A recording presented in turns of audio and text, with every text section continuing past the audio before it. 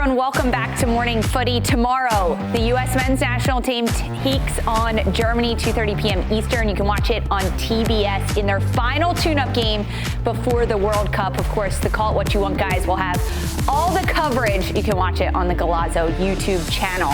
And for more on this, we are so pleased to welcome in U.S. men's national team midfielder Brenden Aaronson to the show. Hey, Brenden, welcome into Morning Footy. How are you?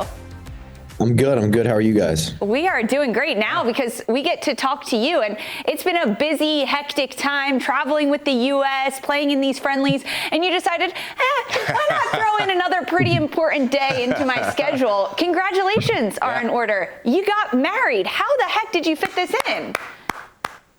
Listen, it took, I don't even know, like some luck, of course, talking with the coaches, a lot of things like this, but also unlucky in the sense of 2.5 years ago when I planned for the wedding.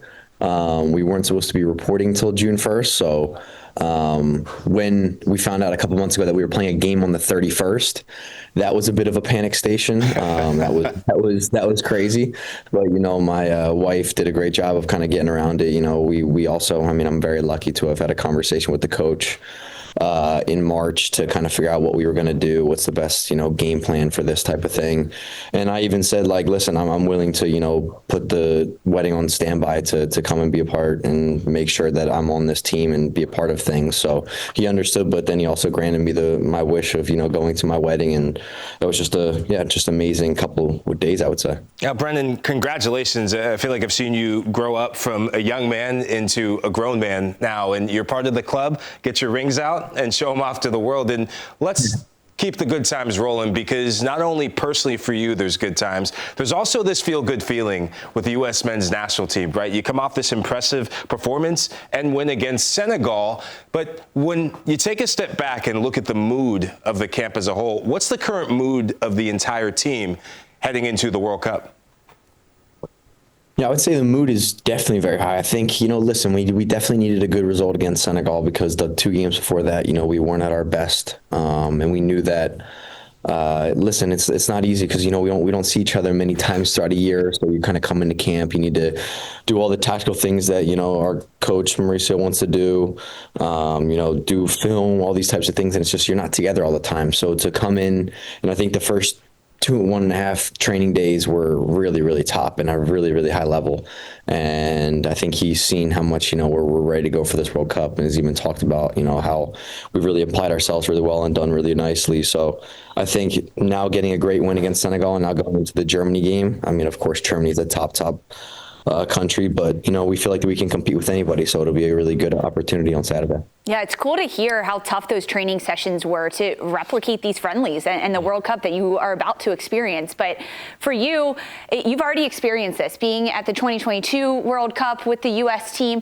And now on this roster, there are 13 other players that were part of that World Cup roster as well. When you think back to 2022 and Qatar, what's the difference in this group from the inside where you're sitting compared to that 2022 group and team? Yeah, I think it's funny because I've gotten asked this a couple times, but it's crazy because you think going back to that 2022 World Cup, we were probably one of the youngest teams there. And if you look back now and you see the team now, I think a lot of the guys that were there, I don't know the exact number, but a lot of the guys that have gone to that World Cup are not this World Cup, which is for me, you know, taking what I learned at the last World Cup, how, you know, pressurized the games are, how every game means something. It's very tough, you know what I mean? And so we just have to make sure that we're getting ready for this World Cup. And I think, you know, from myself to the guys that had played at the last World Cup, you know, we're trying to take what we know and, you know, the feelings of the games, the preparation, and yeah, just, you know, being a part of something like that in 2022 and trying to help them and help everybody that, you know, asks us questions or, you know, need helps with things. And that's what we're just trying to do and get ready for this 2026 World Cup. It's half of the roster for you, Brenden. 13 players have now already competed at a World Cup. Does it feel like it's a little bit more of a veteran group, even though you guys are all still young?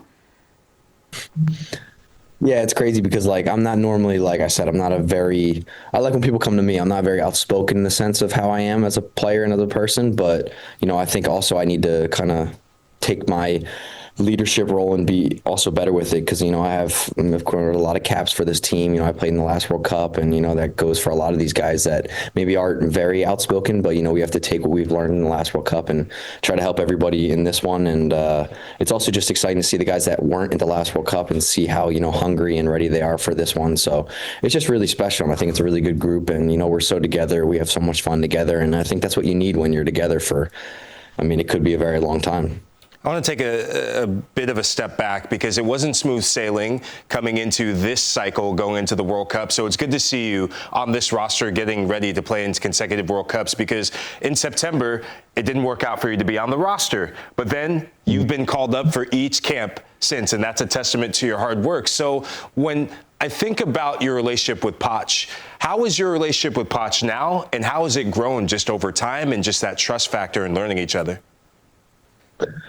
Yeah, I think, of course, it's upsetting when you don't get called to camps. It hurts, because you want to be part of the national team. And I've been part of the national team for, 6 years now, I would say. And for myself, you think I'm someone that, I want to be a part of everything. I want to play at the highest level, and that means international football. So, of course, it hurt, but I think, with our relationship and the way that we've grown, I've learned so much under him. I know what in the system he wants me to do as a player and how I can get better and better. So I think that's just gotten more and more. And I think also, I think it's a testament to, not just for myself, but for everybody at club. It matters, playing at a high level like I was week in, week out in the Premier League, just taking what I know from that league and trying to apply it when I get here, and take the level that I was playing at there, and just take it into these games and have the confidence that I need to play in these big games. Yeah, you've definitely shown a lot of confidence in the Premier League, and we've been really just singing your praises with the resilience you have. And just looking from a tactical perspective, we've seen this consistency of this back three, which you do play at Leeds United as well, this 3-4-2-1 formation with the U.S. men's national team. When you look at yourself specifically, I know you're a team player, but where do you fit best, in your opinion, in this formation? Yeah, one of the 2 10s. I think since we play two basically like winger/10s, I can even play in the midfield if we play 4-3-1. So it's really amongst that front three. I'm a type of player that when I'm at Leeds, I want to get the ball in between lines and drive the team forward and create chances. And that's what I feel like I'm at my best, is involved in games, and either that's offensively, defensively, and then just being able to get the ball in between lines on the turn. And I think in this formation that we play here, those 2 10s is kind of the perfect, position for me. The style that Mauricio Pochettino has brought to this group, and of course with the formation shifts and everything, what do you like most about the style that this U.S. men's team plays? I think, we've always been a high intensity team, but I think he's even brought that more out of us. I think, the demands in training, the demands in the game are super, super high. And that kind of fits to the way that I want to play football. And I think a lot of these guys want to play football. We want to play on the front foot. We want to take it to the other team, make sure that we're, playing good football, trying to play out from the back, and then in moments, if we have to be pragmatic. So just a little bit of both things, and I think that the biggest thing for me is that, that intensity to wanting to get into challenges, to want to put the team on their back foot, make them suffer. Like those types of things are, for me, the best type of football. I've been just amazed to see at the start of the season just who you were then, and just seeing the calm, composed, cool, and collected figure you are now. Because he's a married man now. Marriage definitely does that to you. And you actually learned you learned the biggest lesson out of the gate: compromise.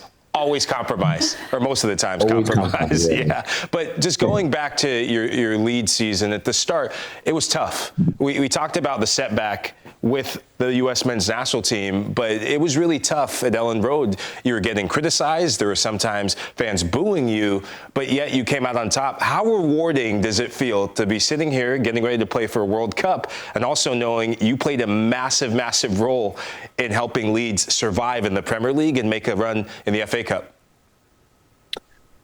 Yeah, of course, it's crazy to think back to, when things aren't going good, because in moments it is crappy, it's shitty, but sorry for my language. But it's just football, there's so many ups, there's so many downs, and for me, it's just, you got to go through the waves of it all and ride every wave. And what I think I was proud of myself the most was, even though I was having downs, I was getting criticized, this, that, my work ethic never stopped. You know what I mean? Me staying on the pitch afterwards, shooting, playing the final passes, those are just things that I just pride myself on a player. So it's always nice when you can see, you can speak for it too, see that you've literally worked so hard on things and they're coming through and you're seeing them in the games.